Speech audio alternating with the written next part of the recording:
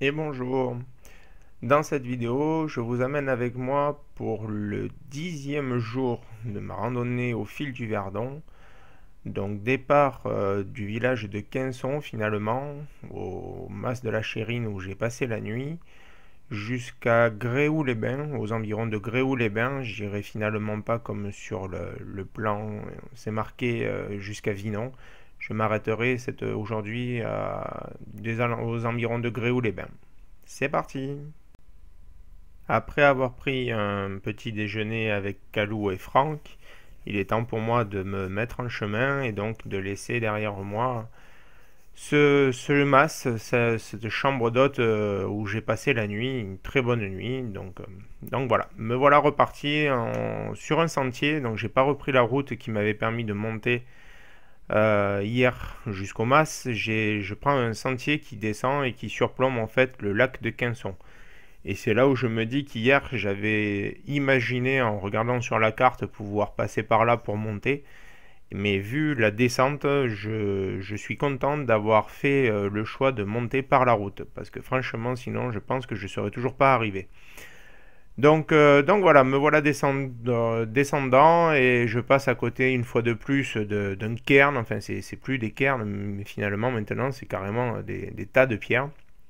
Et donc, c'est même un peu surprenant. J'ai fait un petit commentaire sur le groupe Facebook. C'est que il y a tellement de tas de pierres maintenant qu'au finalement, on ne sait plus si c'est un cairn, si c'est juste des personnes qui se sont amusées ou si c'est carrément du land art. Enfin voilà. Donc c'est vrai que c'est un peu délicat maintenant avec tous ces cairns. Ça attire même sur des mauvais sentiers. Donc j'ai laissé un petit commentaire en soi en expliquant à quoi ça servait et pourquoi est-ce qu'il fallait pas en faire tous les 10 mètres sur mon groupe, sur le groupe Facebook, donc au fil 2. Donc voilà, je descends tranquillement, je surplombe le lac de Quinson, je passe devant des pierres qui sont peintes. Alors n'oublions pas que Quinson, village préhistorique, donc forcément la déco va avec. Et donc je me rends compte en bas que je suis finalement passé par le vieux euh, Quinson par la Draille, donc qui porte très bien son nom d'ailleurs. C'est vraiment une draille. Voilà, l'état du chemin est vraiment pas terrible. Bon, après ça passe, hein, c'est pas la question. Mais bon, voilà, j'en ai un peu plein les pattes. Mon sac à dos est toujours aussi lourd et c'est vrai que c'est pas le chemin le plus propre que j'ai pu emprunter. Je me retrouve à nouveau donc arrivé sur le pont du sentier qui fait le début des basses gorges. Le soleil est avec moi, la météo s'annonce bonne cette fois, donc en avant, c'est parti, on monte les 4 escaliers et on se refait le chemin des basses gorges une fois de plus. Ça fait jamais que la troisième fois.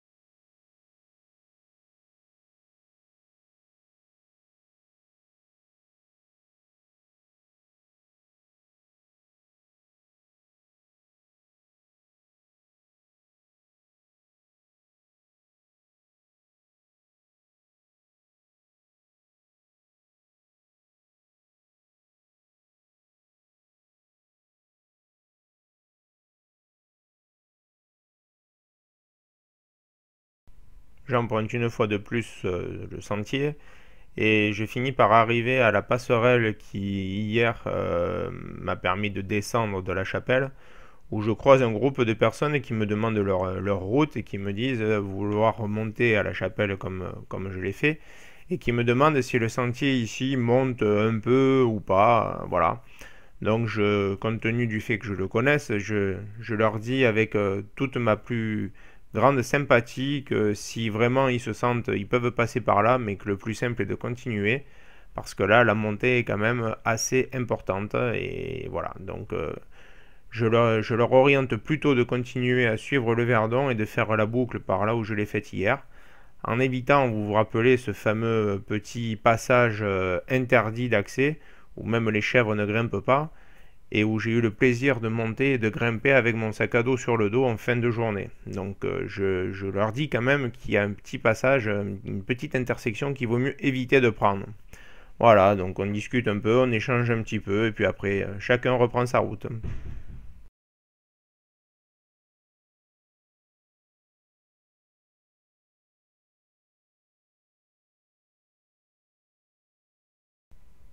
Passage à nouveau taillé dans la roche, avec toujours cette vue magnifique sur l'eau, sur le Verdon.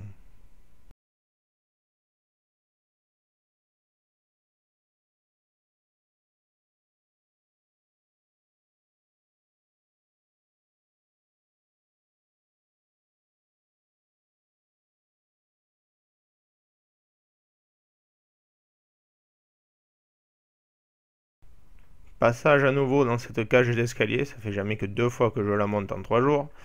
J'avoue préférer la prendre à la descente qu'à la montée. Mais bon, là, c'est le matin, je suis en forme, mon genou me fait pas mal. Donc, pas de soucis. Voilà. Après, ben, je continue comme la fois d'avant sur le mur de bâti du canal qui nous permet de longer et de continuer avec cette vue toujours sur cette eau verte turquoise du Verdon.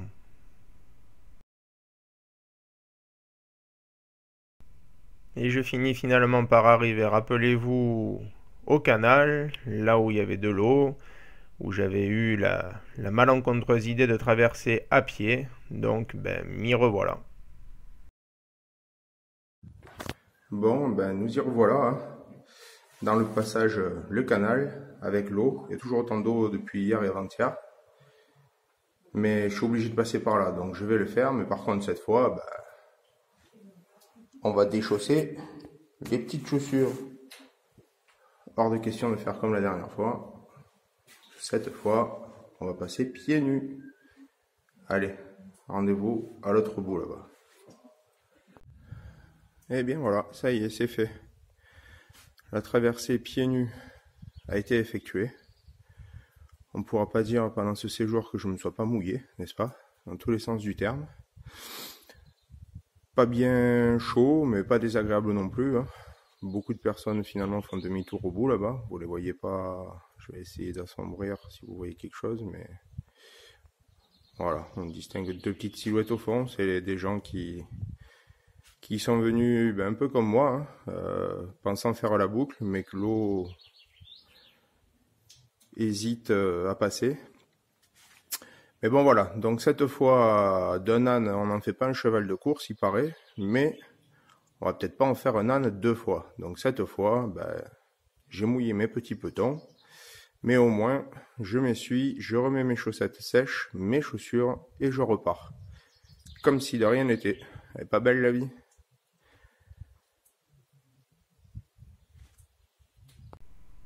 Content de moi, je repars en prenant mon chemin. Et je tombe sur voilà ce que je vous disais, donc des cairns encore une fois.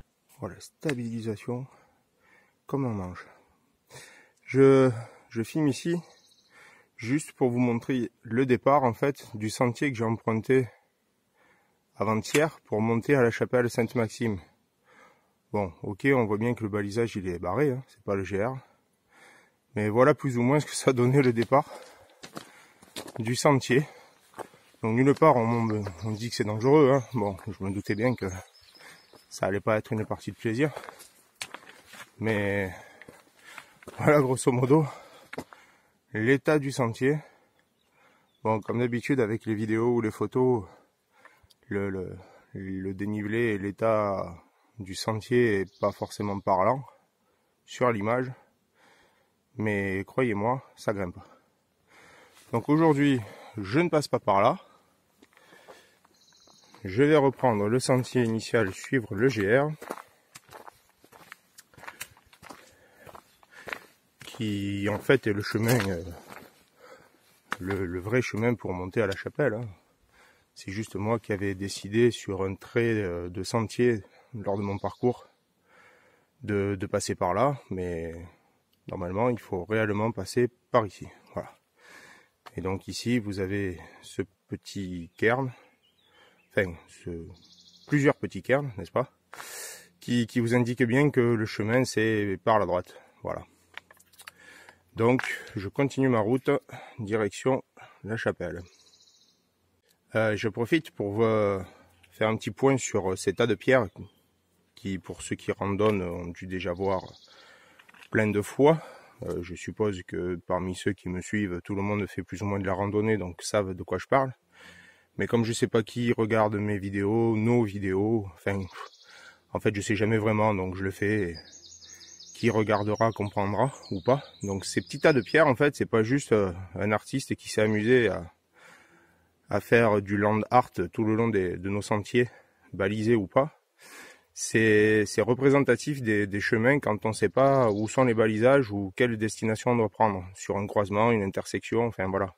C'est pas juste pour faire joli, bien que des fois on puisse en voir qui soit doué d'un certain charme, mais non, c'est pas fait du tout pour ça. Donc ce matin, j'ai vu en fait qu'il y avait un cairn, un gros cairn, un beau cairn, je l'ai pris en photo d'ailleurs, avec plein de petits cairns derrière, qui censément, pour quelqu'un qui sait ce que ça signifie, donne une direction.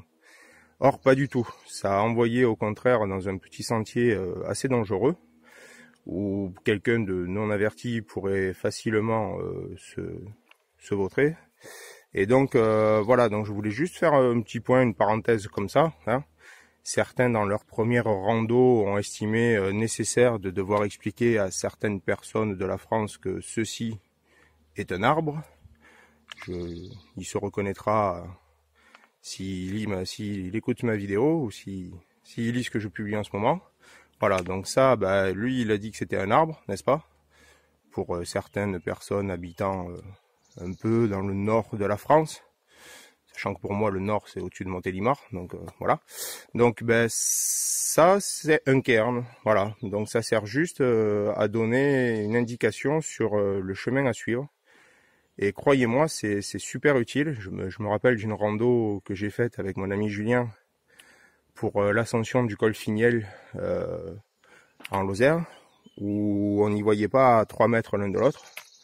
On marchait vraiment serré et on avait du mal à se voir. Et impossible de voir le balisage dans la brume. Beaucoup trop de brouillard. Et ben, on a réussi à faire l'ascension en sécurité, sans se perdre, justement grâce à ces cairns. Donc honnêtement, ne vous amusez pas, enfin c'est pas un coup de gueule, hein, mais ne vous amusez pas ni à les détruire, ni à vous amuser à en faire un petit peu de partout. Quand vous en voyez un, éventuellement ben, vous rajoutez une pierre à l'édifice, vous rajoutez votre petite contribution au cairn, vous le rajoutez sur celui qui est existant. Mais ne vous amusez pas à en fabriquer les uns derrière les autres dans toutes les directions, parce que franchement pour nous randonneurs ça a une signification et qui peut nous induire gravement en erreur selon les situations. Voilà. Bon, là, en l'occurrence, c'est sur un caillou. Faites-vous plaisir, quoi.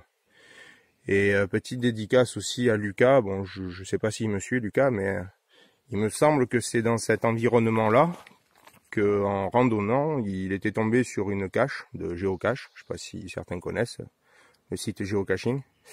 Ben, lui était tombé dessus sans la chercher. Et moi, je l'ai cherché et je l'ai pas trouvé. Comme quoi, voilà. Bon, c'était une petite parenthèse pour mes randonneurs que je suis. Voilà. Allez, on se continue, on se voit tout à l'heure.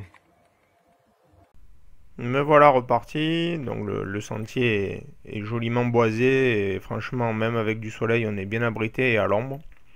J'arrive finalement à l'intersection où j'aurais dû arriver la dernière fois, où j'aurais pu prendre la dernière fois pour monter à la chapelle. Ça m'aurait évité ce passage assez délicat.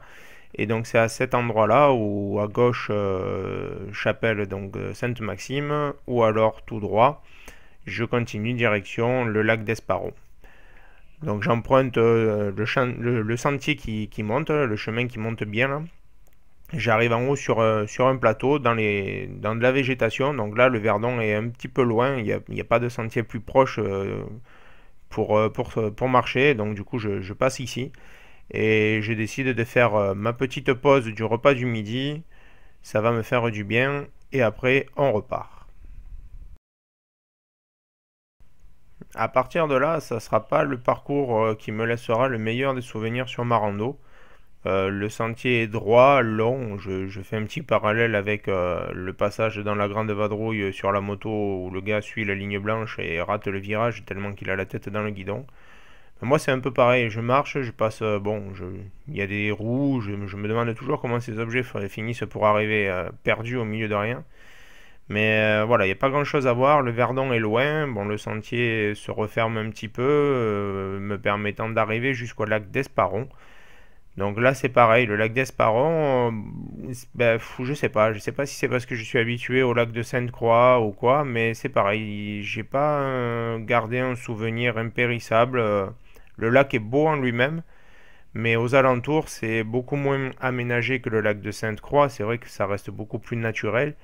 Et donc du coup, je sais pas, moi j'ai moins adhéré, j'ai moins aimé, voilà. Donc le sentier se suit, alors c'est un GR de pays, suit toujours le canal, je suppose, hein, où on passe sur des petits passages avec des rondins aménagés, bon voilà. Mais on trouve une fois de plus des objets incongrus. Là, c'est carrément une voiture cette fois. Je ne sais même pas comment on peut arriver à déposer un véhicule ici. Alors, à moins que ce soit une montée des eaux qui avait emporté une voiture et au moment où l'eau est descendue, la voiture est restée là, je sais pas. Mais voilà, le lac d'Esparon, c'est pas l'endroit qui me laissera le meilleur souvenir de ma randonnée. Très joli, mais voilà.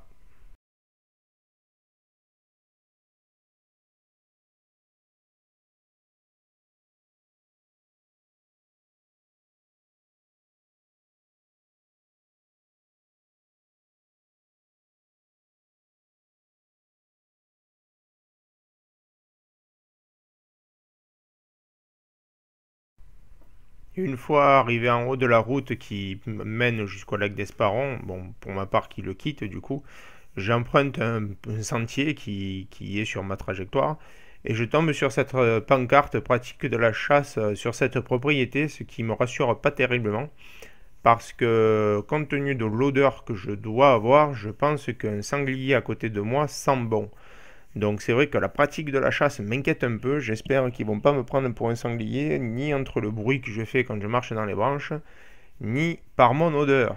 Mais bon, j'ai pas le choix, je continue sur mon petit sentier qui cette fois est un petit peu plus agréable, dans un sous-bois, jusqu'à ce que... Ben voilà.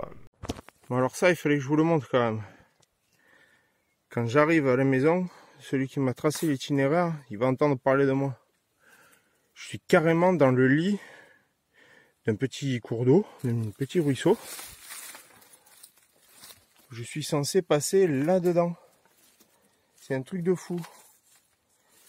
C'est 18h47 à ma montre. Je suis parti à 9h ce matin, je finis ma journée là-dedans. J'hallucine. Mais bon, voilà. Donc c'était juste pour vous faire partager mon petit moment de solitude, à devoir naviguer à vue dans le bosquet, parce que bien sûr le balisage là-dedans, vous l'oubliez, hein, il n'y en a pas. Donc voilà, j'espère juste que je vais arriver à bon port et à destination. On verra bien. Ah mais regardez-moi un peu cette merde. Ah. J'y vois rien. Ah. Aïe. Même les animaux, je suis sûr qu'ils passent même plus par là. Et moi, aïe. Ah. Après 30 bornes dans les pieds, un sac de 21 kilos sur le dos, je me fais chier à passer par des chemins pareils, quoi. Regardez-moi ça, on voit rien. Enfin, il n'y a rien à voir de toute façon, il n'y a rien. Ouh. Aïe, aïe. Ouh. Ah. Ah. Et pourquoi j'ai pas pris ce chemin, moi? Hein?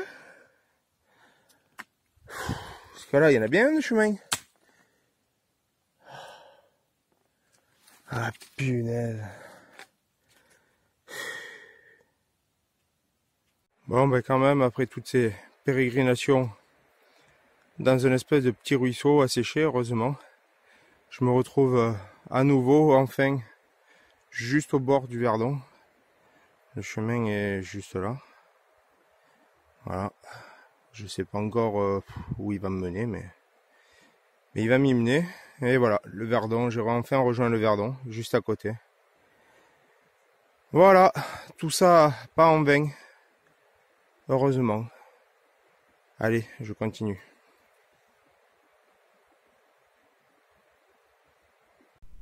Après avoir continué à marcher un petit peu donc au fil du Verdon, j'arrive à ce qui sera ma destination pour aujourd'hui, donc le village de Gréoux est face à moi. Je me trouve une petite place à l'abri des regards parce que forcément au bord des agglomérations c'est un peu compliqué, donc un lotissement est pas bien loin, mais je me trouve un petit abri plat sous un arbre pour planter ma tente afin de passer ma dernière nuit. Donc voilà. Ma journée s'achèvera donc ici, après avoir fait pas mal de kilomètres quand même du coup. Je dois pas être loin des 30 ou 35 de tête. Et donc voilà, je vais finir, passer ma nuit, finir ma journée et me rappeler un petit peu tout ce que j'ai passé depuis que je suis parti, car demain il me reste quelques kilomètres à faire pour arriver à la Durance. Donc comme d'habitude, merci de m'avoir suivi. Un petit pouce si vous avez aimé, laissez un commentaire, ça fait toujours plaisir et n'hésitez pas à vous abonner pour suivre les autres aventures. Et merci.